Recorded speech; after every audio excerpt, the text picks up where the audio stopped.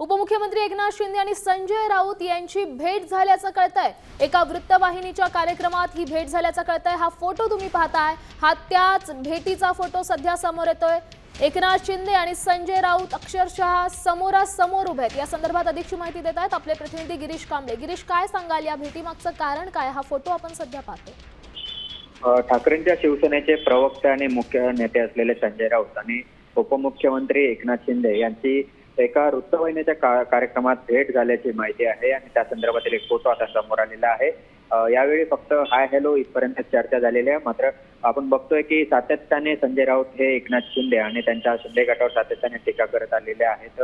पालिका निवडणुकीची रणधुमाळी सुरू आहे, त्यामुळे सातत्याने मुलाखतींचे कार्यक्रम देखील सुरू आहेत आणि अशाच एका वृत्तवाहिनीच्या कार्यक्रमात एकनाथ शिंदे आणि संजय राऊत हे समोरासमोर आलेले पाहायला मिळाले। मात्र 15 ते 20 सेकंदाची भेट झाल्याची माहिती आहे आणि कारण हाय हॅलो करून दोघेही एकमेकांच्या वाटेने ते निघालेले पाहायला मिळत। मात्र या चर्चा आहेत त्या चर्चा जोरदार सुरू झालेल्या आहेत। नेमकं काय चर्चा झाली या सगळ्या कार्यकर्त्यांच्या देखील चर्चा सुरू झालेल्या आहेत, परंतु जास्त काही या दोघं नेत्यांमध्ये बोलणं झालं नसल्याची माहिती आहे।